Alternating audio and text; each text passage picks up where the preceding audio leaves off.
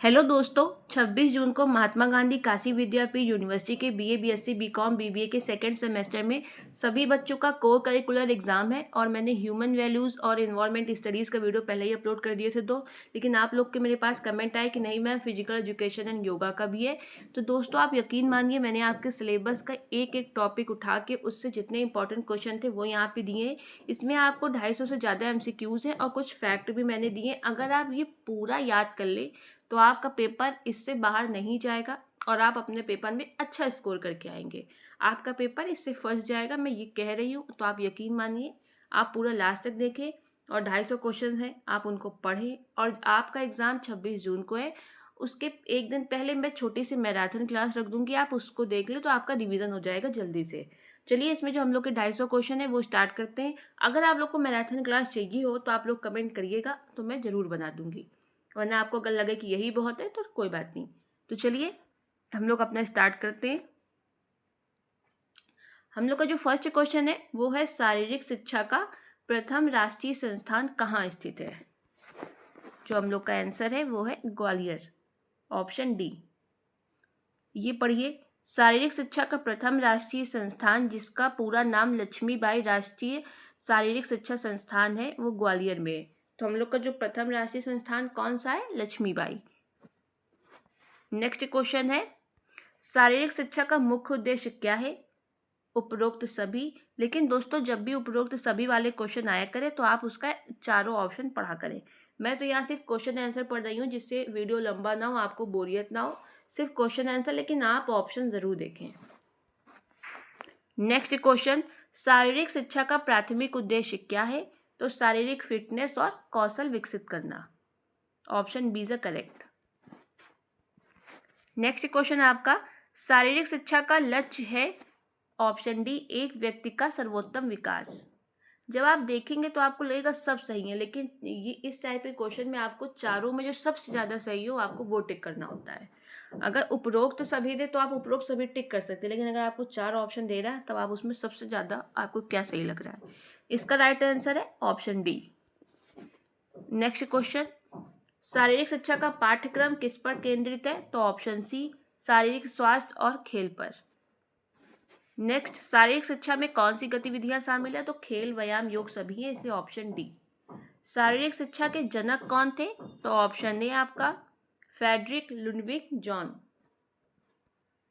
Next question, Bharat में शारीरिक शिक्षा का पितामह किसे कहा जाता है? वो तो आपके हो गए ऑल ओवर, लेकिन भारत में पर्टिकुलर किसे कहा जाता है? तो H C. Buck, option A is the right answer. उन्होंने 1920 में मद्रास, चेन्नई में YMCA college of physical education की स्थापना की थी। अब ये YMCA का फुल फॉर्म देख लें क्योंकि ये भी पूछा जाता है। नेक्स्ट क्वेश्चन आपका, शारीरिक शिक्षा से आशय है उपरोक्त सभी, option D is the right answer. शारीरिक स्वास्थ्य भी, शारीरिक क्षमता भी और बनावट भी। भारतीय शिक्षा आयोग द्वारा शारीरिक शिक्षा को मान्यता कब दी गई? 1982, option D is the correct. Next question है हमारा, शारीरिक शिक्षा बच्चों के लिए क्यों महत्वपूर्ण है? शारीरिक विकास के लिए, मानसिक और सामाजिक सभी के लिए, इसलिए ऑप्शन डी। नेक्स्ट क्वेश्चन हमारा, किसने कहा कि आज भारत को गीता से अधिक फुटबॉल मैदान की आवश्यकता है? तो option C Swami Vivekananda. Next question हमारा, शारीरिक शिक्षा में कौन सी कला का समावेश है? तो ऑप्शन डी नृत्य कला का। मोस्ट इंपॉर्टेंट क्वेश्चन है। नेक्स्ट क्वेश्चन, निम्नलिखित में से आत्मरक्षा क्रिया है कौन सी? Karate, option C. शारीरिक शिक्षा के महत्व को निम्नलिखित में से किस बिंदु द्वारा समझा जा सकता है? तो पेशी विकास, मानसिक सर्वांगीण, तो ऑप्शन डी उपरोक्त सभी के द्वारा। नेक्स्ट क्वेश्चन, खेलों का स्वर्ण युग कहा जाता है? ऑप्शन सी ग्रीक काल को। प्रसिद्ध खेल स्थान स्पार्टा है कहाँ पे? यूनान में, option B. Next question, Olympic खेल कब शुरू हुए थे? तो ऑप्शन सी 776 ईसा पूर्व। ये भी मोस्ट इंपॉर्टेंट क्वेश्चन है, इसको भी याद करें। नेक्स्ट, BMI का फुल फॉर्म क्या है? और मैंने इंग्लिश और हिंदी में इसलिए दिए फुल फॉर्म क्योंकि दोनों में पूछे जा सकते हैं। तो option B body mass index, शारीरिक द्रव्यमान सूचकांक। नेक्स्ट क्वेश्चन आपका, YMCA की स्थापना कब हुई? तो 1920, ऑप्शन सी। और YMCA का फुल फॉर्म दिया है मैंने यहाँ पे, और कब की गई, ये जितने फैक्ट है इनको ज़रूर देख लें अच्छे से, ठीक है। इनमें सबसे ज़्यादा है कि 1954 में भारत सरकार ने अखिल भारतीय खेल परिषद की स्थापना की थी, जिसे AICS भी कहते हैं। इसका फुल फॉर्म देखिए क्योंकि फुल फॉर्म आता है। नेक्स्ट क्वेश्चन, ओलंपिक ध्वज में कितने रंग होते हैं? तो 6 होते हैं। ऑप्शन डी, अर्जुन पुरस्कार किसे दिया जाता है? बताइए। खेल में उत्कृष्ट प्रदर्शन के लिए। Option A is a correct. शारीरिक शिक्षा और मनोरंजन के केंद्रीय सलाहकार बोर्ड CABPER की स्थापना किस वर्ष की गई थी? तो 1950। Option B is a correct. Dronacharya award किसको दिया जाता है? ऑप्शन ए, खेल प्रशिक्षकों को, यानी कोच भी लिख के आ सकता है तो आप कोच भी करेंगे। और ये किस क्षेत्र में दिया जाता है? तो ये खेल के उसमें दिया जाता है। ये जितने क्वेश्चन अब ये खिलाड़ी वाले, ये प्रीवियस ईयर क्वेश्चन है, इसलिए इनको ज़रूर देखें। और 2-3 मैंने एक्स्ट्रा भी दिए हैं खेल वाले, जिससे आपका कॉन्सेप्ट क्लियर हो। बास्केटबॉल में कितने खिलाड़ी होते हैं? तो 5 होते हैं। इनको अच्छे से नोट कर लीजिएगा ना, कन्फ्यूज़न होंगे आप में। हॉकी में कितने खिलाड़ी होते हैं? तो 11। Option C is a correct. इन 11 खिलाड़ियों में एक गोलकीपर होता है और बाकी 10 फील्ड खिलाड़ी होते हैं। हॉकी के, अगर आपके भी क्वेश्चन कभी कभी पूछता है कि हॉकी के खेल के मैदान में कुल कितने खिलाड़ी होते हैं, तो आप 22 टिक करेंगे, क्योंकि 2 टीम होती है, 11 उनके 11 इनके। अगर कुल पूछे, मैदान शब्द दे और फिर कुल पूछे, तो आप 22 टिक करेंगे। सिर्फ पूछे तब 11 टिक करेंगे।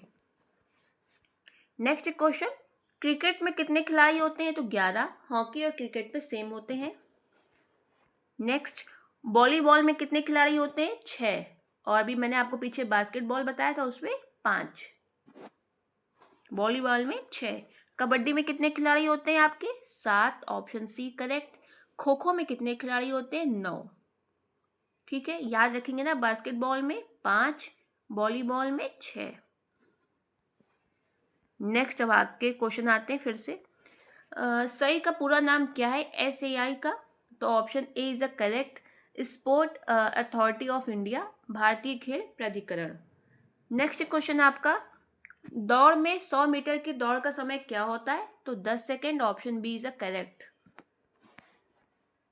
पेनाल्टी कॉर्नर किस खेल से संबंधित है? तो ऑप्शन बी आपका हॉकी से संबंधित है।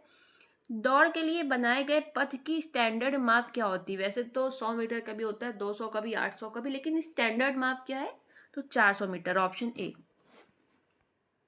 खो खो खेल का मैदान कैसा होता है? आयताकार। आयताकार होता है खो खो खेल का मैदान। Option A is a correct. लंबाई इसकी 27 मीटर और चौड़ाई 16 मीटर। प्रीवियस ईयर क्वेश्चन है, इसलिए मैंने यहाँ फैक्ट के रूप में दिया है। कॉर्नर किक किस खेल से संबंधित है? तो फुटबॉल से। फ्री थ्रो किस खेल से संबंधित है? बास्केटबॉल से। सूर्य नमस्कार को किस काल में दैनिक जीवन पद्धति में शामिल किया गया था? ऑप्शन ए, वैदिक काल में। सूर्य नमस्कार में कितने चरण होते हैं? 12। Option D. अंतर्राष्ट्रीय योग दिवस कब मनाया जाता है? तो ऑप्शन सी, 21 जून को।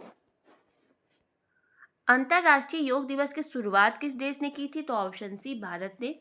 योग का जन्मदाता किस देश को बोला जाता है? तो भारत को। ऑप्शन सेकंड, यानी 2 नंबर। 2025 में कौन सा अंतर्राष्ट्रीय योग दिवस मनाया जाएगा? सेकंड आपका 11वां मनाया जाएगा। ऑप्शन सेकंड आपका राइट है कि जो 2025 अभी चल रहा है, इसमें अभी 21 जून को कौन सा मनाया गया है? तो ये 11वां योग दिवस है। और इसकी थीम क्या थी दोस्तों? एक पृथ्वी एक स्वास्थ्य के लिए योग इसका रखा गया था। और जो पहला अंतर्राष्ट्रीय योग दिवस है वो 21 जून 2015 को मनाया गया था। पहला कब मनाया गया था? 21 जून 2015 को। और 2025 में ये 11वां है। योग का अर्थ है स्वयं को ऊपर उठाने की प्रक्रिया। 44 का option 4 is a correct. Dash एक प्राचीन विज्ञान है जो शरीर, मन और आत्मा के बीच सामंजस्य स्थापित करता है। क्या? योग एक प्राचीन विज्ञान है जो शरीर, मन और आत्मा के बीच सामंजस्य स्थापित करता है। नेक्स्ट क्वेश्चन आपका, किस भाषा से योग शब्द की उत्पत्ति हुई है? तो ऑप्शन बी, संस्कृत से। योग शब्द संस्कृत भाषा के युज धातु से बना है, जिसका अर्थ है जोड़ना या एकजुट होना।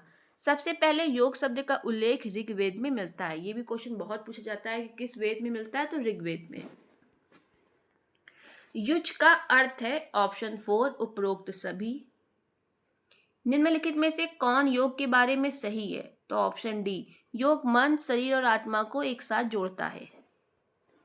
युज का अर्थ है एक होना, जुड़ना, मिलना। ये सभी युज के अर्थ है। आपसे क्वेश्चन में सिर्फ एक दे के 3 गलत दे सकता है, इसलिए आप तीनों पढ़ें। नेक्स्ट क्वेश्चन आपका, पतंजलि ने योग की कितनी अवस्थाओं का वर्णन किया है? तो ऑप्शन 3 8। पतंजलि ने कितनी अवस्थाओं का वर्णन किया है? 8 का। योग की आत्मा किसे कहा जाता है? प्राणायाम को। सांसों पर नियंत्रण रखने की क्रिया को क्या कहते हैं? तो आपका प्राणायाम, ऑप्शन सेकंड। समाधि से पहले की अवस्था को क्या कहा जाता है? ध्यान। निम्न में से ध्यान के प्रकार हैं? ऑप्शन सी, जो कि ए और बी दोनों है, इसलिए ऑप्शन सी इज करेक्ट। आसन करने का सबसे अच्छा समय क्या है? सुबह और शाम, इसलिए ऑप्शन सी, ए और बी दोनों।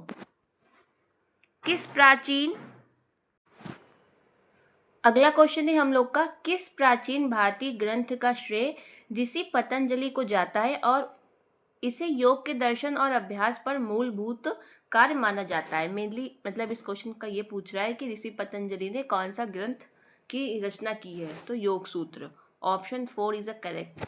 ये लैंग्वेज मैंने इसलिए ऐसे लिख दी क्योंकि प्रीवियस ईयर में बिल्कुल ऐसे ही पूछी गई है, इसलिए मैंने लिखी कि आपको कंफ्यूजन ना हो।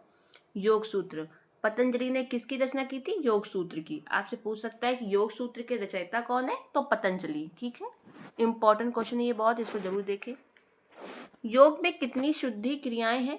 तो ऑप्शन सी, 6 आपकी शुद्धि क्रियाएं हैं, और उन 6 शुद्धि क्रियाओं को आप बिल्कुल रट लें, इनसे क्वेश्चन जरूर पूछा जाता है। देखिए, योग में कुल 6 शुद्धि क्रियाएं हैं, जिन्हें षटकर्म भी कहा जाता है। क्वेश्चन में इससे पूछते हैं कि षटकर्म कितने, तो आपको पता होना चाहिए कि 6 योग शुद्धि क्रियाएं, और षटकर्म आपका एक ही है। और ये क्रियाएं आप देखें, धौती, बस्ती, नेति, नौली, त्राटक और कपालभाति। अब आप इसको एक चीज़ और देखें कि आप इनके अंदर का पढ़ें, क्योंकि इसके अंदर से क्वेश्चन पूछे गए हैं और मैंने नीचे आपको दिए भी हैं किस तरह पूछे जाते हैं। पहले आप इसकी थ्योरी को देखें। ये पाचन तंत्र को साफ करने और विषैले पदार्थों को निकालने में मदद करता है। इसे क्वेश्चन कैसे पूछते हैं कि निम्न में से कौन सी शुद्धि क्रिया पाचन तंत्र को साफ करता है? तो आपको जब पता होगा कि धौती, तभी आप टिक कर पाएंगे।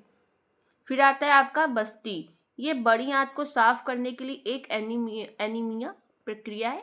ठीक है, और ये एनिमा जो प्रक्रिया है, ये पूछते हैं कि किस में होती है, तो आप कहेंगे बस्ती में, एनिमा। नेक्स्ट क्वेश्चन आपका नेति। ये नाक और साइनस को साफ करने में मदद करती है। मोस्ट इंपॉर्टेंट, ये नेति और बस्ती से पूछा जाता है। नेक्स्ट आपका है नौली। ये पेट की मांसपेशियों को मजबूत करने और आंतरिक अंगों को उत्तेजित करने में मदद करती है। त्राटक, ये ध्यान और एकाग्रता को बढ़ाने के लिए आंखों को एक बिंदु पर केंद्रित करने की एक तकनीक ही है। ये भी, इससे भी क्वेश्चन पूछा जाता है। कपालभाति, यह एक श्वास व्यायाम है जो फेफड़ों को साफ करने और ऊर्जा को बढ़ाने में मदद करता है। तो ये आपको 6 क्रियाएं बिल्कुल रट लेनी है, इससे एक क्वेश्चन जरूर आता है। नेक्स्ट क्वेश्चन है हमारा, जल बस्ती की क्रिया मुख्य रूप से किस अंग की सफाई करती है? देखिए, अभी मैंने आपको ऊपर बताया था ना, ये बस्ती, इसको बस्ती भी कहीं कहीं लिख के आता है, इसको पूरा जल बस्ती भी लिख के आता है। तो जल बस्ती की क्रिया मुख्य रूप से किस अंग की सफाई करती है? तो बताइए, ऑप्शन सेकंड, बड़ी आंत। मैंने अभी आपको ऊपर बताया है। नैतिक क्रिया किससे संबंधित है? पेट से या नाक से? तो नाक से, मैंने अभी आपको ऊपर ये भी बताया था। ये जरूर आप याद करें क्योंकि इससे क्वेश्चन आता है। नेक्स्ट क्वेश्चन है हमारा, योग में किन किन तत्वों का ज्ञान मिलता है? तो ऑप्शन 4, प्रकृति, पुरुष, विवेक सभी का मिलता है, तो ऑप्शन 4 इज करेक्ट। योग कितने प्रकार का होता है? बताइए। योग हमारा 2 प्रकार का होता है। एक सेकेंड दोस्तों। तो दोस्तों, योग कितने प्रकार का होता है? यहाँ ये टाइपिंग मिस्टेक है, आपका होगा 4 प्रकार का, ऑप्शन बी इज करेक्ट। और कभी कभी पूछ सकता है कि योग को कितने भागों में बांटा गया है, तब भी आप 4 लिखेंगे। लेकिन अगर आपको योग के आगे अष्टांग योग लिख के आए, तब आप लिखेंगे 8। ठीक है, सिर्फ योग तो आपका 4। और ये 4 मैंने यहाँ नीचे दिया भी हुआ है, आप देखिए। राजयोग, कर्मयोग, भक्ति योग, ज्ञान योग, इनके अंतर का पढ़ें, क्योंकि पूछता है कि भक्त क्रिया और प्रभाव का योग कौन सा है, तो आप कर्मयोग लिखेंगे। आत्मा की सराहना के लिए 3 आदर्श मार्ग कौन से हैं, बताइए कौन से हैं? कर्मयोग, चित्तयोग, चित्तयोग तो मैंने कहीं नहीं बताया आपको, सतयोग भी नहीं बताया है मैंने आपको, और इसमें भी सतयोग है, तो करेक्ट क्या हुआ आपका? ऑप्शन सी, ज्ञान योग, भक्ति योग है इसमें, और ये आपका कर्म योग है। Option C is a correct. अब आइए, राजयोग के कितने अंग हैं? राजयोग के आपके 8 अंग हैं, ठीक है, कितने हैं? 8। निम्नलिखित में से कौन सा अष्टांग योग नहीं है? ऑप्शन सी आपकी धौती, क्योंकि ये एक शुद्ध क्रिया है। बाकी आपके यम, नियम और प्राणायाम है। अब हम लोग अष्टांग योग के जो 8 अंग है या 8 प्रकार है उनको देख लेते हैं।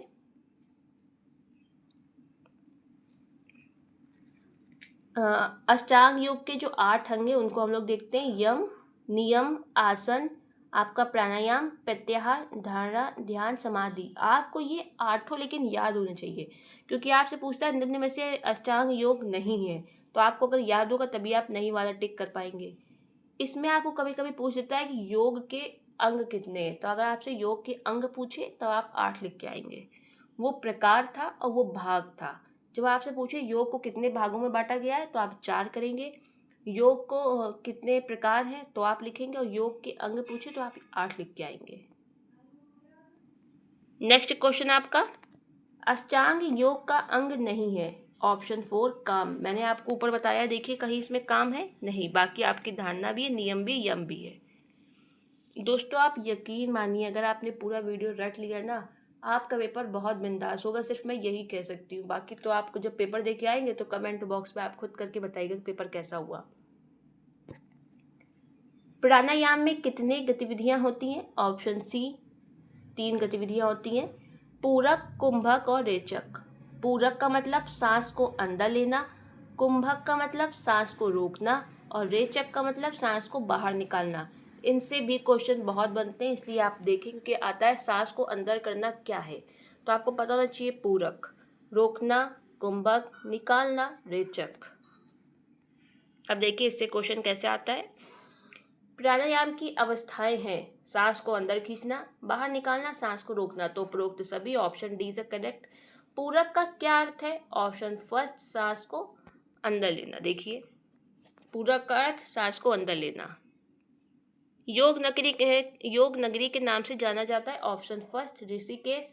योग सूत्र में कितने भाग हैं? योग सूत्र में कितने भाग हैं? 4। और ये रहे योग सूत्र के आपके 4 भाग या पाद कौन से। कभी कभी आता है कि पाद कितने होते हैं, तो आप कहेंगे 4। समाधिपाद, साधनापाद, विभूतिपाद और कैवल्यपाद। ठीक है, ये चारों आपको याद होने चाहिए। अभी आपके पास टाइम है तो आप याद कर सकते हैं, 26 तारीख को आपका एग्जाम है। इन 4 भागों में कुल सूत्र कितने हैं? 195।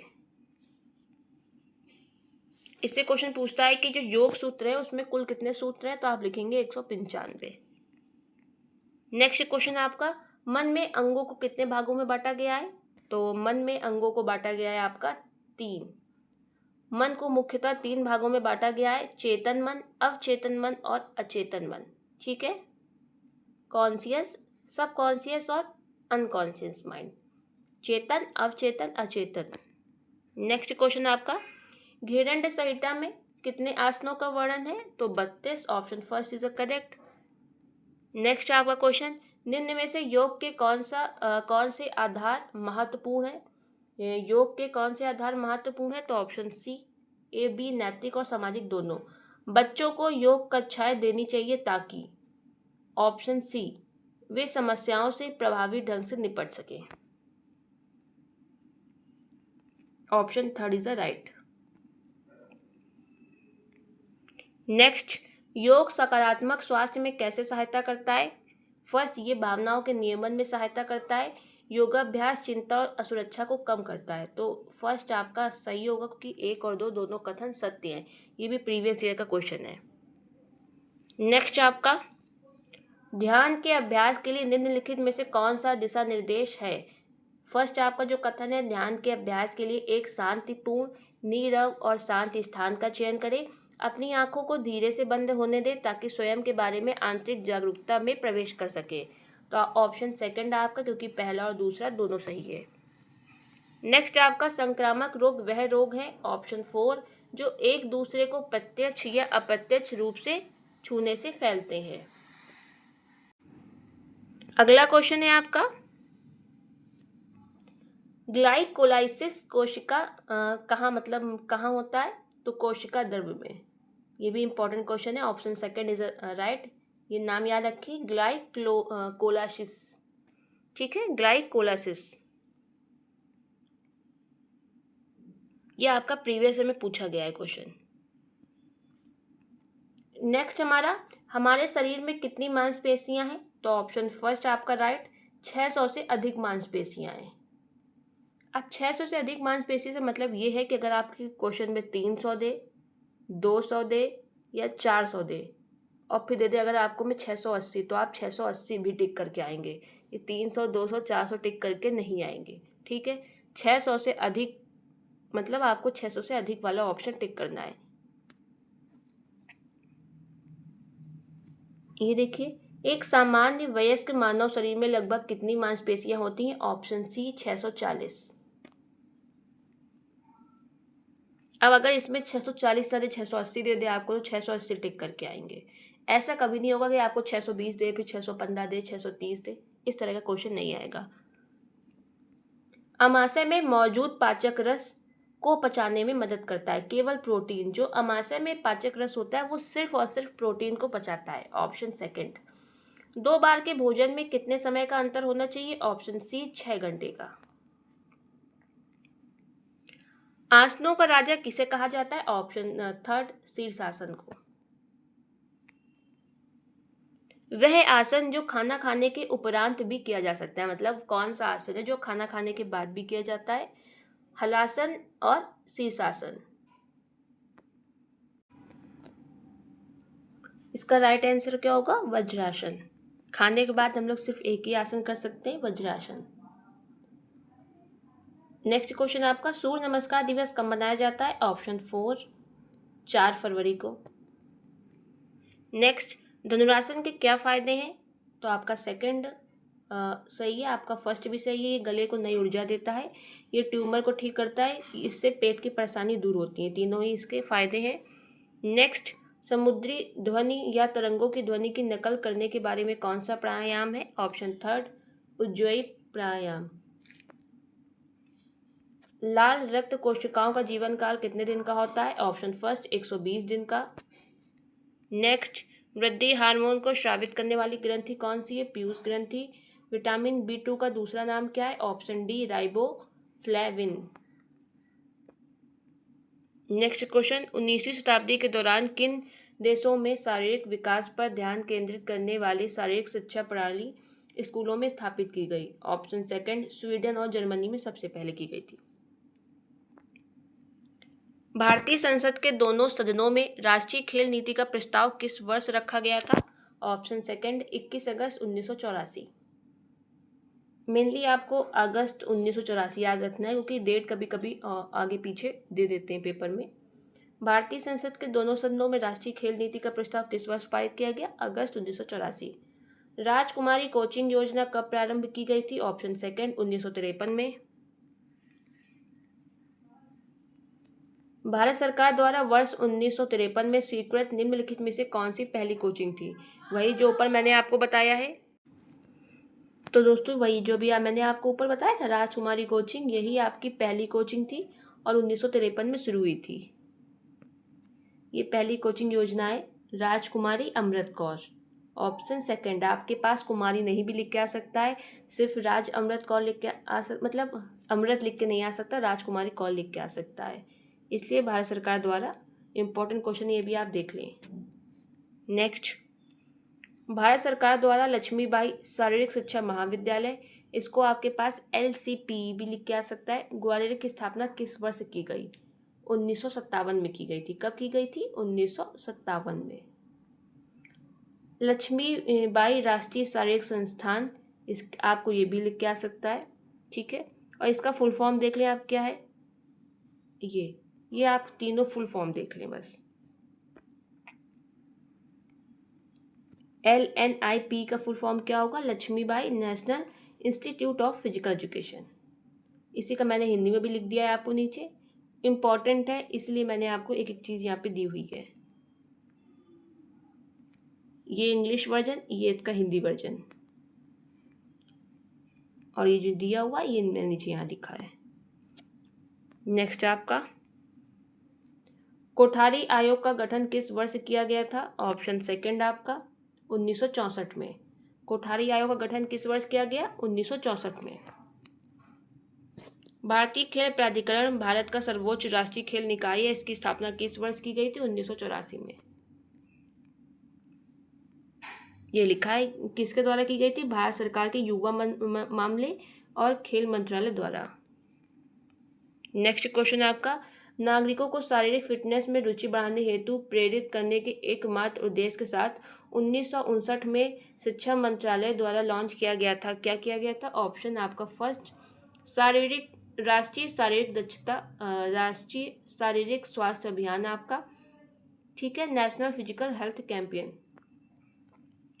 वर्तमान में एक शारीरिक शिक्षक अनिवार्य रूप से क्या भूमिका निभाता है? मतलब जो शारीरिक शिक्षा का शिक्षक है, टीचर है, वो क्या भूमिका निभाता है? एक प्रशिक्षक की, एक आंदोलन शिक्षक की, एक ड्रिल शिक्षक की। Option 4 correct.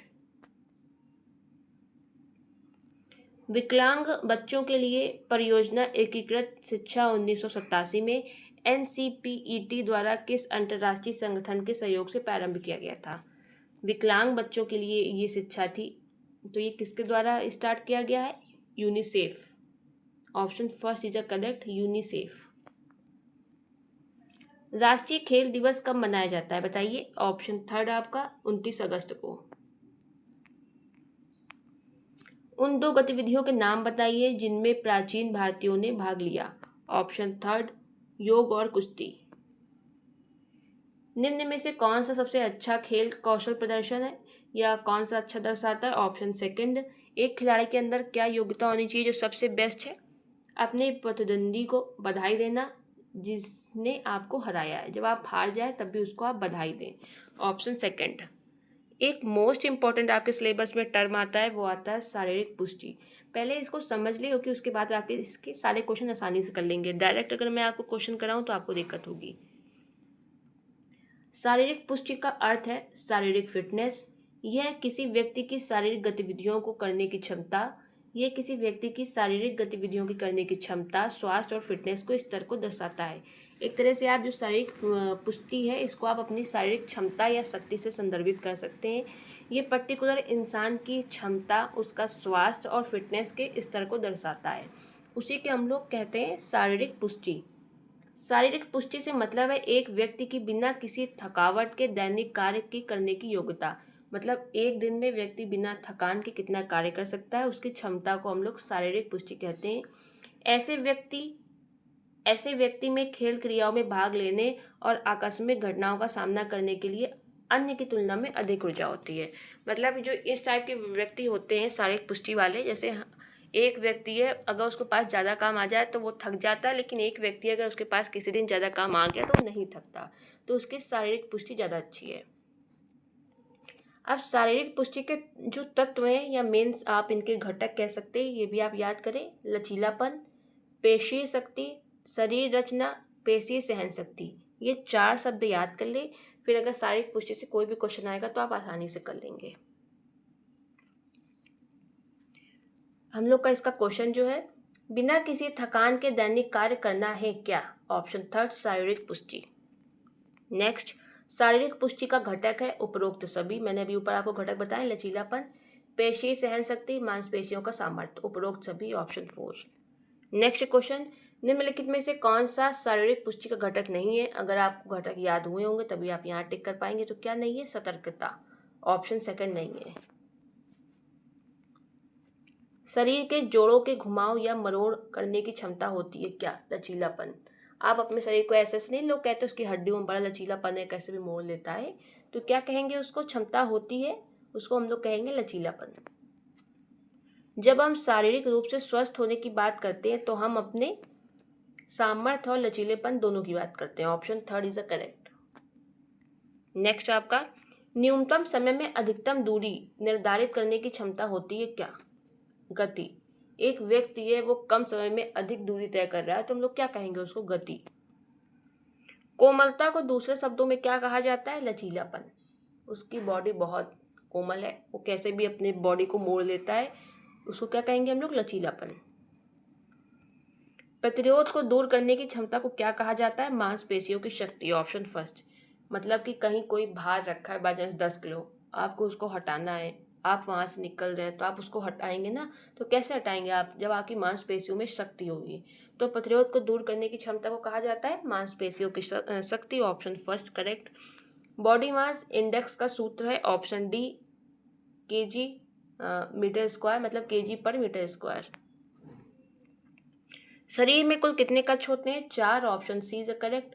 मोटापे का चिकित्सा निदान बीएमआई निर्दिष्ट बिंदु आधारित है क्या? 30। Answer B is correct. इससे ज़्यादा होने पे डॉक्टर कहते हैं कि आप में मोटापा है, लेकिन जो मेन बिंदु है वो 30 है। 30 से कम रहे तो आपका ठीक रहता है। अल्कोहल प्रति ग्राम कितने कैलोरी का योगदान करता है? 7 कैलोरी का। निम्नलिखित लक्षणों में कौन मोटापे की संभावना में सबसे बड़ी भूमिका निभाता है? बताइए कौन सा लक्षण है जो आपके मोटापे को बढ़ाता है? आपकी जीवन शैली।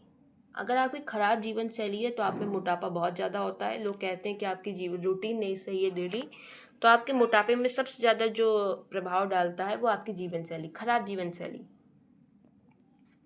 नेक्स्ट, एक महिला का मोटापे से ग्रस्त माना जाता है यदि उसके शरीर में प्रतिशत वसा का प्रतिशत कितना मतलब अधिक होगा। अगर वसा प्रतिशत कितना अधिक होगा जो हम लोग कहेंगे वो मोटी है? 30% से अधिक। मैंने अभी आपको ऊपर बताया था, अगर 30% से ज़्यादा उसमें वसा है तो वो महिला मोटी, मोटापे से ग्रस्त कही जाएगी। भूख को कम करने वाला हार्मोन है क्या? लैप्टिन। भूख को कम करता है लैप्टिन, और भूख को कम करने वाला हार्मोन लैप्टिन है, और बढ़ाने वाला घ्रेलिन। याद रखिए, कम करेगा लैप्टिन, बढ़ाएगा घ्रेलिन। प्रति सप्ताह अधिकतम वजन घटाने की सिफारिश की जाती है कितना? ऑप्शन डी आपका 1 से 2 पाउंड। 4, 1 से 2 पाउंड। नेक्स्ट आपका, मोटापा निम्नलिखित में से किस रोग के लिए उत्तरदायी होता है? मतलब मोटापा से कौन से रोग होने की संभावना होती है? उपरोक्त सभी, मधुमेह भी, कोलन कैंसर, हृदय रोग। सेल्यूलाइट है शरीर में कहीं भी जमा होने वाला वसा जैसी चीज। Option first. कितने प्रतिशत अमेरिकी वयस्कों को मोटापे से ग्रस्त माना जाता है? ऑप्शन 4, 33%। मोटापे का मुख्य कारण क्या है? ऑप्शन फर्स्ट, बढ़ती ऊर्जा की मात्रा तथा एक से अधिक गतिहीन जीवन शैली। मतलब जो हम लोग की बेकार सी जीवन शैली है मोटापे का, इसको मुख्य कारण माना जाता है। Option first is a correct. Next आपके पास है क्वेश्चन, निम्नलिखित में से कौन सी बीमारी गतिहीन जीवन शैली से संबंधित है? अभी मैंने आपको ऊपर कराया उपरोक्त सभी। Option 4 is a correct. रात को कितने घंटे सोना चाहिए? 8 घंटे। Option first. इस क्वेश्चन को ना एग्जामिनर के ऊपर डिपेंड करता है, कोई इसको 6 से 7 घंटे सोच के आंसर बना देता है, कोई 8 घंटे, लेकिन जहां से मैंने ये क्वेश्चन लिया है वहां पे 8 घंटे था पेपर में, इसलिए option first is a correct. स्वस्थ मजबूत हड्डियों के विकास के लिए कौन से पदार्थ महत्वपूर्ण है? ऑप्शन थर्ड आपका पनीर, दूध, दही। निम्नलिखित खाद्य पदार्थों की समान मात्रा में कौन सा भोजन सबसे अधिक कैल्शियम प्रदान करता है? अगर मतलब ये चारों आपके पास है समान मात्रा में, समान मात्रा, तो कौन सा आपको ज़्यादा कैल्शियम देगा? दूध। एक व्यक्ति को एक दिन में कितने मिनट चलना चाहिए? ऑप्शन थर्ड आपका 20 मिनट। Important question. आंखों के लिए कौन सा विटामिन अच्छा होता है? Vitamin A. लोगों को नहाने में नमक का उपयोग क्यों करना पड़ता है या क्यों करना चाहिए? आराम करने और बेहतर नींद के लिए। ऑप्शन 4। नेक्स्ट आपका, अवसाद के लिए स्व देखभाल सुझाव के रूप में सामान्यतः क्या सिफारिश की जाती है? मतलब जो डिप्रेशन के मरीज होते हैं उनके लिए क्या कहा जाता है? सक्रिय जीवन शैली बहुत भूमिका निभाती है। अगर उनकी जीवन शैली अच्छी हो तो डिप्रेशन के प्रभाव को कम किया जा सकता है। Option second. आपको कितनी बार शरीर की जांच करवानी चाहिए? वर्ष में कम से कम 1 बार।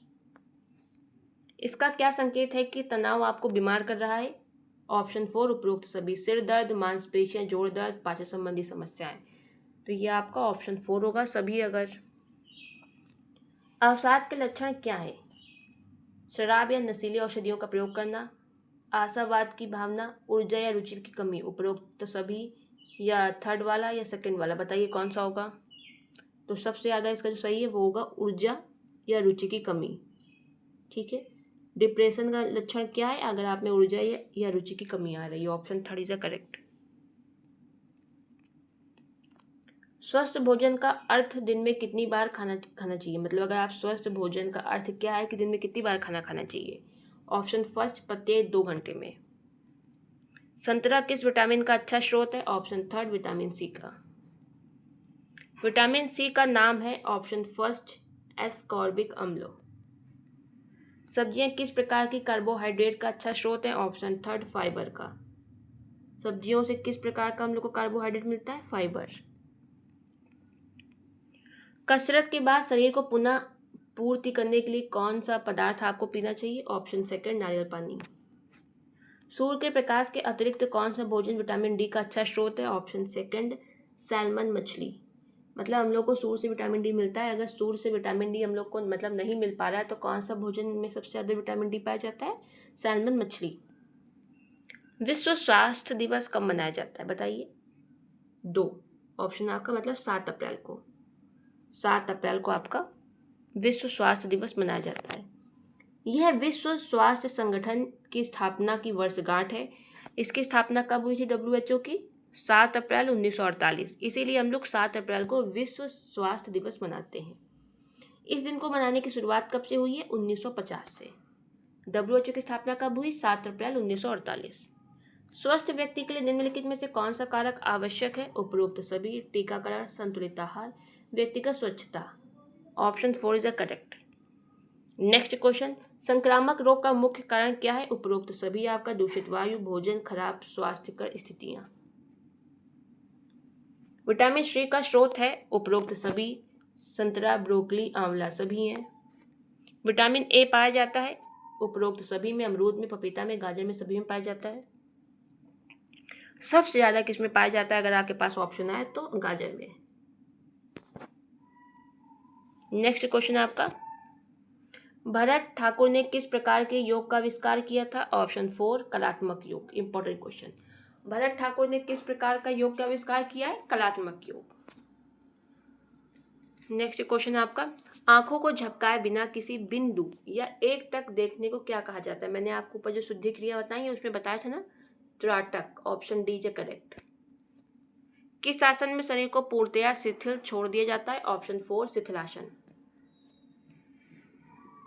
पतंजलि के अनुसार आसन है? ऑप्शन थर्ड, आरामदायक स्थिति में बैठना। पतंजलि के अनुसार आसन क्या है? ऑप्शन थर्ड, आरामदायक स्थिति में बैठना।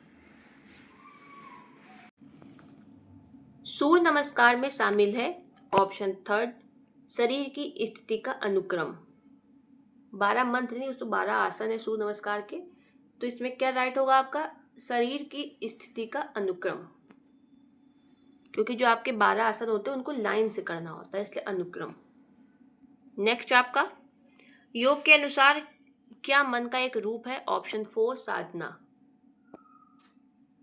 किसने कहा है कि योग एक व्यक्ति के विकास को एक ही जीवन में कुछ महीनों में या किसी व्यक्ति के शारीरिक अस्तित्व के कुछ घंटों में संकुचित करने का एक साधन है? Option second, Swami Vivekananda. व्यक्ति के बैठने खड़े होने के कार्य करने, मतलब यहाँ पे कॉमा होगा, व्यक्ति के बैठने, खड़े होने या कार्य करने, ठीक है, ये कॉमा होगा, आदि के तरीके को कहते हैं क्या? ऑप्शन फर्स्ट, आसन। ठीक है। वैसे तो मतलब आसन नहीं कहते हैं व्यक्ति के बैठने, खड़े होने, कार्य करने के तरीके को, लेकिन अगर आपके पास 4 ऑप्शन दिए जाए तो आप आसन टिक करेंगे। यह आपका प्रीवियस ईयर का क्वेश्चन है। नेक्स्ट, योग शिक्षक का अभ्यास सत्र का आरंभ कहाँ से करना चाहिए? अगर योग शिक्षक है तो वो कहाँ से स्टार्ट करे? आसन से। नेक्स्ट क्वेश्चन आपका, कौन सा आसन पाचन तंत्र को प्रभावित करता है? वज्रासन और भुजंगासन पाचन तंत्र पे सकारात्मक प्रभाव डालते हैं। मोस्ट इंपॉर्टेंट है आपके ये क्वेश्चन, वज्रासन और भुजंगासन। खाने के बाद सिर्फ एक योग कर सकते हैं हम लोग, वज्रासन। योगासन के संबंध में सावधानियां हैं। खाली पेट करना चाहिए आपको योगासन हमेशा।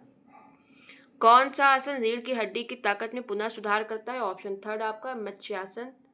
मतलब और भी आसन है, लेकिन जो आपको यहाँ 4 दिए गए उनमें आपका मत्स्यासन है।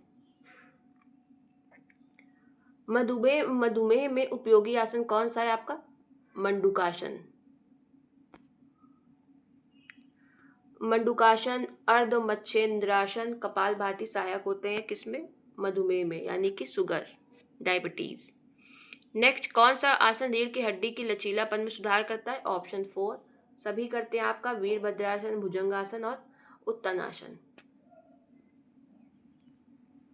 कौन सा आसन बच्चों की लंबाई बढ़ाता है? ऑप्शन थर्ड आपका ताड़ासन। निम्नलिखित में से कौन सा आसन भोजन के तुरंत बाद किया जाता है? ऑप्शन 4 आपका वज्रासन। कौन सा आसन भोजन के बाद पाचन क्रिया में वृद्धि करता है? आपका वज्रासन। देखिए क्वेश्चन के टाइप अलग अलग है, इसलिए मैंने यहाँ पे दिए हैं। सर्वांगासन किस ग्रंथि की जटिलताओं के लिए बेहतर होता है? Option 4 thyroid.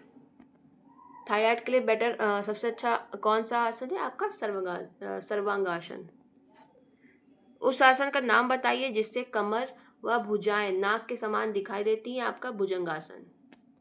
वज्रासन एवं पवन मुक्तासन किन रोगों को दूर करने में सहायक होते हैं? ऑप्शन फर्स्ट पेट के रोग को। किस आसन को हनुमानासन कहा जाता है? ऑप्शन 4 वीरासन को।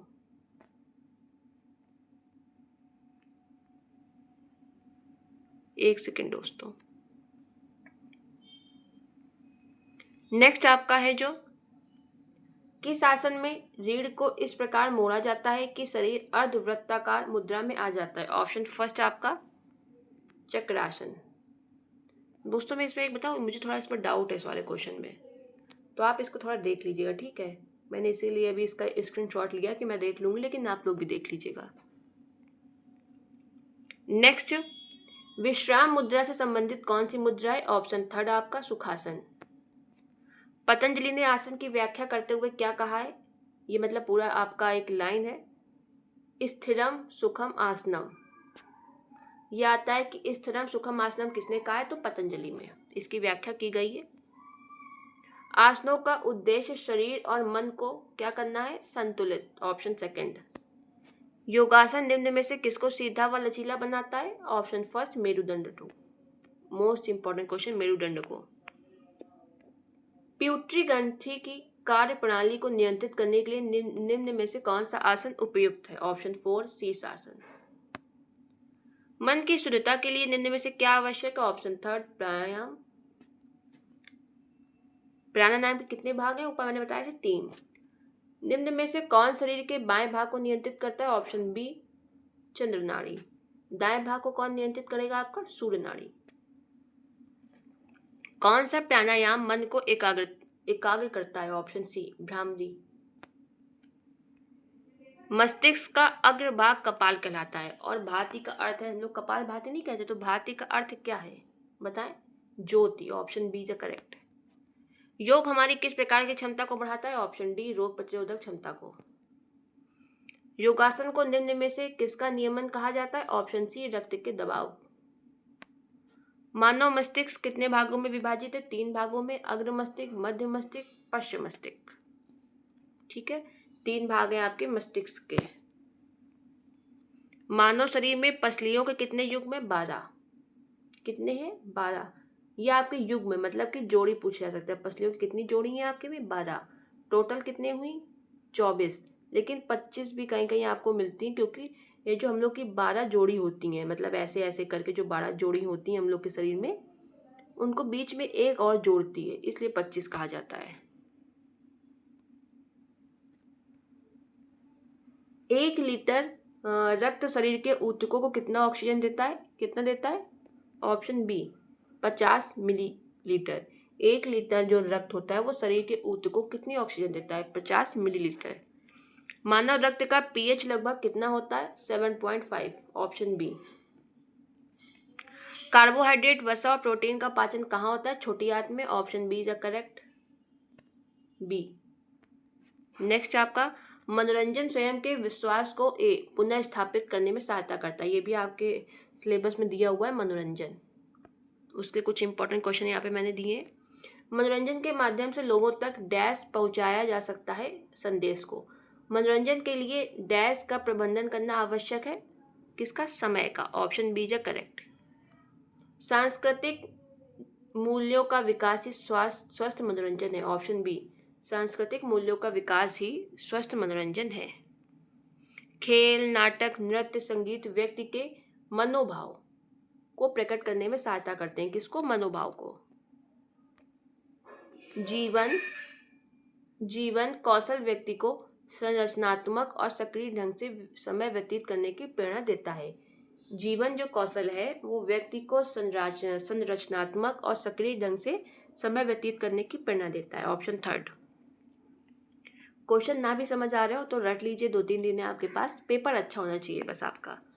मनोरंजन व्यक्ति को उसके व्यक्तित्व गुणों के अनुसार विकसित करता है। जो मनोरंजन है वो व्यक्ति को उसके जो व्यक्तित्व गुण होते हैं, खुद में जो गुण होते हैं, उसके अनुसार विकसित करता है। मनोरंजन के कितने प्रकार हैं आपके? 8 प्रकार हैं। निम्नलिखित में से कौन सी मनोरंजनात्मक गतिविधियां हैं जो व्यक्तित्व विकास में मदद करती हैं? तो ऑप्शन थर्ड आपका।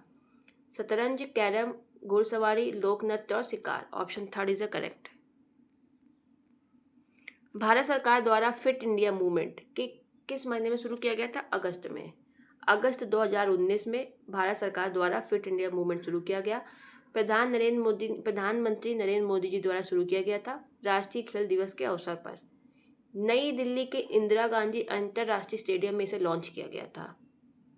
29 अगस्त को हम लोग मेजर ध्यानचंद जी की जयंती पे हम लोग खेल दिवस मनाते हैं। ये हॉकी के खिलाड़ी थे। नेक्स्ट आपका, अंतर्राष्ट्रीय ओलंपिक समिति IOC की स्थापना किसने की? अंतर्राष्ट्रीय ओलंपिक समिति पियरे डी कुबर्टिन ने की थी। कब किसकी स्थापना हुई थी? 1894। मोस्ट इंपॉर्टेंट है आपका 1894 में। ओलंपिक खेलों की दो मुख्य श्रेणियां कौन सी है? ए ग्रीष्म और शीत ऋतु। पेरिस 2024, ये 2024 का है जो अभी हुए थे। उसका शुभंकर क्या है ओलंपिक का? Option C Phryge. आपके सामने फ्रीज भी लिख के आ जा सकता है, फ्रीजेस भी, और फ्रीजियन भी लिख के आ सकता है। नेक्स्ट क्वेश्चन आपका, पेरिस ओलंपिक 2024 में भारत ने कितने पदक जीते? ऑप्शन बी 6, गोल्ड एक भी नहीं जीता था। ओलंपिक में पैरा ओलंपिक खेल पहली बार किस वर्ष आयोजित किए गए? ओलंपिक जो हम लोग के होते हैं उसमें जो पैरा ओलंपिक होते हैं, विकलांग जो लोगों के लिए होते हैं पैरा ओलंपिक, वो किस वर्ष आयोजित किए गए? ऑप्शन फर्स्ट 1960 में पहली बार। पैरा ओलंपिक के जनक कौन थे? Doctor Ludwig Guttmann. रोम में पहली बार ये सबसे पहले कहाँ आयोजित हुए? रोम में। भारत ने कब पैरा ओलंपिक में भाग लिया? 1968 में। स्थापना कब हुई? 1960 में। कहाँ हुई थी? रोम में पहली बार आयोजित किए गए। ओलंपिक पदक जीतने वाली प्रथम भारतीय महिला कौन है? Option Karnam Malleswari. Option B. भारत ने ओलंपिक में अपना पहला गोल्ड मेडल कब जीता? 1928। Option C. भारत ने किस ओलंपिक खेल में पहली बार स्वर्ण पदक जीता? 1900 मतलब किस ओलंपिक खेल, मतलब वो ओलंपिक खेल कहाँ हुआ था? 1928 के एम्स्टर्डम में पहली बार हम लोग ने स्वर्ण पदक जीता। भारत ने ओलंपिक में अपना पहला गोल्ड मेडल कब जीता? 1928। कहाँ जीता? एम्स्टर्डम के ओलंपिक में। नेक्स्ट आपका, स्वतंत्र भारत ने अपना पहला ओलंपिक स्वर्ण पदक कब जीता? वो तो ऑल ओवर था, लेकिन स्वतंत्रता के बाद कब जीता? 1948 में। पहला शीतकालीन ओलंपिक खेल कब आयोजित हुआ? पहला शीतकालीन ओलंपिक खेल कब आयोजित हुआ दोस्तों? तो 1924 में। Option B is correct. किस देश ने सबसे ज्यादा बार शीतकालीन ओलंपिक खेलों यानी कि विंटर ओलंपिक्स की मेजबानी की? मतलब सबसे ज्यादा बार कहाँ पे शीतकालीन ओलंपिक खेलों का आयोजन किया गया सबसे ज्यादा बार? तो USA, अमेरिका में शीतकालीन ओलंपिक खेल जो होते हैं। ग्रीष्मकालीन, शीतकालीन दोनों खेलों में ओलंपिक स्वर्ण पदक जीतने वाले पहले एथलीट कौन थे? यानी कि उन्होंने शीतकालीन में भी जीता था और उसी में ग्रीष्मकालीन में भी। तो कौन थे? Option first Eddie Egan. Olympic का आदर्श वाक्य क्या है? तेज, ऊंचा और मजबूत। Option first. ओलंपिक के सिंबल में कितने रिंग्स होते हैं? 5। किस वर्ष ओलंपिक खेलों में पहली बार महिलाओं की स्पर्धाएं शामिल की गई थी? 1900 में। ओलंपिक गान पहली बार कब गाया गया? 1896 में। ये ओलंपिक से रिलेटेड कुछ क्वेश्चन है, इंपॉर्टेंट है, इन्हें एक बार देख लें। ओलंपिक खेलों की शुरुआत कब हुई? 1776 ईसा पूर्व यूनान के ओलंपिया शहर में किया गया था। पहली बार ये ग्रीक देवता ज्यूस के सम्मान में खेला गया। आधुनिक ओलंपिक खेलों की शुरुआत कब हुई? वो तो ओलंपिक खेल थे, लेकिन जो आधुनिक ओलंपिक खेल हैं इनकी शुरुआत कब हुई? 1896 ईस्वी में यूनान के एथेंस शहर में हुआ था। कहाँ पे हुआ था? यूनान के एथेंस शहर। दोनों मोस्ट इंपॉर्टेंट है, इनको रट लें और अंतर जरूर समझ लें दोनों का। और आधुनिक ओलंपिक खेलों की शुरुआत किसने की थी? फ्रांस के पियरे डी कोबर्टिन ने। पहला आधुनिक ओलंपिक खेल कहाँ हुआ? अभी मैंने आपको बताया था, यूनान और ग्रीस एक ही, उसको कहते हैं एथेंस, यूनान के एथेंस में। ठीक है, इंपॉर्टेंट है, इसको जरूर देखें। ओलंपिक खेल हर कितने सालों में आयोजित किए जाते हैं? 4 सालों में। ये जितने भी मैंने 10-15 यहाँ पे दिए फैक्ट के रूप में, इनको रट लें, इनसे क्वेश्चन जरूर फंसेगा। ओलंपिक का आदर्श वाक्य क्या है? अभी मैंने आपको ऊपर ऑप्शन में बताया था, तेज, ऊंचा, शक्तिशाली। आपके सामने लिख के अधिक तेज, अधिक ऊंचा, अधिक शक्तिशाली भी लिख के आ सकता है। तेज, ऊंचा और मजबूत भी लिख के आ सकता है, मतलब एक ही है। और इसको दूसरे शब्दों में आ सकता है आपका सीटीएस, अल्टीएस और फोर्टीएस। ये भी ऑप्शन भी देते हैं, इसलिए इनको रट लें आप। आधुनिक ओलंपिक खेलों में सबसे अधिक पदक किस देश ने जीता है? संयुक्त राज्य अमेरिका। ओलंपिक में सबसे अधिक पदक जीतने वाले खिलाड़ी कौन है? Michael Phelps. एक ही ओलंपिक में सर्वाधिक स्वर्ण पदक जीतने वाले पुरुष खिलाड़ी यूएसए के माइकल फेल्प्स हैं। इन्होंने एक ही ओलंपिक में सबसे ज़्यादा स्वर्ण पदक जीते थे। और ओलंपिक खेलों में भी सर्वाधिक पदक जीतने वाली महिला कौन है? लरीसा लातानिना। ठीक है, महिलाओं में कौन है? ये, और पुरुषों में ये। सबसे ज़्यादा पदक इन लोगों ने जीते। भारत ने पहली बार ओलंपिक में कब हिस्सा लिया था? 1900 में। 1900 में भारत ने ओलंपिक में एकमात्र खिलाड़ी अपना भेजा था, नॉर्मन प्रिजार्ड के साथ। भारत का राष्ट्रीय गान पहली बार कब गाया गया था ओलंपिक में? 1932 में गाया गया, लॉस एंजल्स अमेरिका के ओलंपिक में। ठीक है, अमेरिका में ये हुआ था, लॉस एंजल्स में। ओलंपिक ध्वज पहली बार कब फहराया गया? 1920 में, एडवर्ड ओलंपिक में। स्वतंत्र भारत के पहले व्यक्तिगत ओलंपिक पदक विजेता कौन है? केडी जाधव। मतलब कि व्यक्तिगत तौर पे, एक टीम ना भेजी जाए, सिर्फ स्वतंत्र भारत का पहला व्यक्ति जो खुद, मतलब सिंगल गेम वाले, केडी जाधव। भारत की पहली ओलंपिक महिला पदक जीतने वाली कौन है? कर्णम मल्लेश्वरी। 2024 पेरिस ओलंपिक में भारत के जो ध्वजवाहक थे ओलंपिक में कौन थे? नीरज चोपड़ा पुरुष, और महिलाओं में पीवी सिंधु। ठीक है, इंपॉर्टेंट क्वेश्चन ये देख लीजिएगा। ओलंपिक ध्वज में कितने छल्ले होते हैं? जो किसको दर्शाते हैं? 5 महाद्वीप को। ओलंपिक ध्वज में 5 छल्ले होते हैं जो 5 महाद्वीप को दर्शाते हैं। शीतकालीन ओलंपिक 2026 की मेजबानी किस देश द्वारा की जाएगी? इटली द्वारा। जो अभी 2026 में शीतकालीन होते हैं, इसकी मेजबानी कौन करेगा? इटली। ओलंपिक खेलों के ग्रीष्मकालीन और शीतकालीन दोनों संस्करणों की मेजबानी करने वाला पहला विश्व का शहर कौन था? सबसे पहले कौन सा ऐसा शहर है जिसने ग्रीष्मकालीन की भी मेजबानी करी और शीतकालीन की भी? बीजिंग। 2028 ग्रीष्मकालीन ओलंपिक खेलों का आयोजन किस शहर में किया जाएगा? कहाँ किया जाएगा? लॉस एंजल्स, संयुक्त राज्य अमेरिका में। अभी जो पेरिस में किया गया था ना 2024 में, अब 28 में 4 साल बाद कहाँ होगा? अमेरिका में। यह आपका ओलंपिक ध्वज से संबंधित कुछ फैक्ट है, इसको देख लें आप। इस ध्वज को सर्वप्रथम 1920 ईस्वी में एडवर्ड ओलंपिक में फहराया गया था। कहाँ फहराया गया था? 1920 में फहराया गया था। ध्वज की पृष्ठभूमि सफ़ेद है। ध्वज के मध्य में 5 रंगीन चक्र एक दूसरे से मिले हुए दर्शाए गए हैं, जो विश्व के 5 महाद्वीपों को दर्शाते हैं। नीला यूरोप, पीला आपका एशिया, काला अफ्रीका, हरा आपका ऑस्ट्रेलिया, लाल जो है आपका उत्तरी एवं दक्षिणी अमेरिका को दर्शाता है। अतः ओलंपिक ध्वज में कुल 6 रंग हैं। इसको फ्रांस के कोबर्टिन ने डिजाइन किया था। अब आपका ये ओलंपिक मसाल को जलाने की शुरुआत 1928 ईस्वी के एम्स्टर्डम ओलंपिक से हुई थी। कब से हुई थी? 1928 में। 1936 के बर्लिन ओलंपिक खेलों में मशाल के वर्तमान स्वरूप को अपनाया गया, जो उसका वर्तमान स्वरूप है वो 1936 में अपनाया गया था। दोस्तों ये आपका लगभग 1 घंटे का वीडियो हो चुका है। अभी मैंने ये बहुत सारा फैक्ट लिखा हुआ है, अगर आपको इनकी भी वीडियो चाहिए हो तो आप मुझे बता दीजिएगा, इसके कमेंट बॉक्स में मैं इन सब का बना दूंगी। मैंने सिर्फ इसलिए पूछा है कि क्या पता आप लोग को लग रहा हो कि बहुत ज़्यादा हो रहा है, बहुत ज़्यादा बता रही हैं। अगर आपके पास टाइम हो याद करने का तो मैं पूरा आपको लास्ट तक का वीडियो बना दूंगी। ये आपका बाकी सारे क्वेश्चंस आपके हो गए हैं, अब नीचे फैक्ट बचे हुए हैं, लेकिन बहुत सारे अभी हैं। अभी लगभग आप 10 पेज देख सकते हैं। ये पूरा आपका फिजिकल का है। अगर आपको इन सब का भी चाहिए तो आप मुझे सिर्फ कमेंट कर दें, आपको रात तक इसका वीडियो मिल जाएगा, या जब भी आप कमेंट करेंगे मैं इसका आपको दे दूंगी। इसके अलावा आपके पास कोई भी क्वेरी हो मुझे कमेंट करें, रिप्लाई मैं डेफिनेटली करूँगी। इसकी मैराथन क्लास लेना ना भूलें आप, मैं 26 के एक दिन पहले अपलोड कर दूँगी, आप उसको देख लें। बस आप लोग अच्छे से जो चीज़ें मैंने आपको बताई हैं इनको अच्छे से याद रखिएगा तो आपका पेपर बहुत अच्छा होगा। मुझे उम्मीद है कि आपके 70% क्वेश्चन इससे आ जाएंगे, 60-70%। और कोई भी क्वेरी हो कमेंट करें, रिप्लाई मैं डेफिनेटली करती हूँ। वीडियो देखने के लिए धन्यवाद।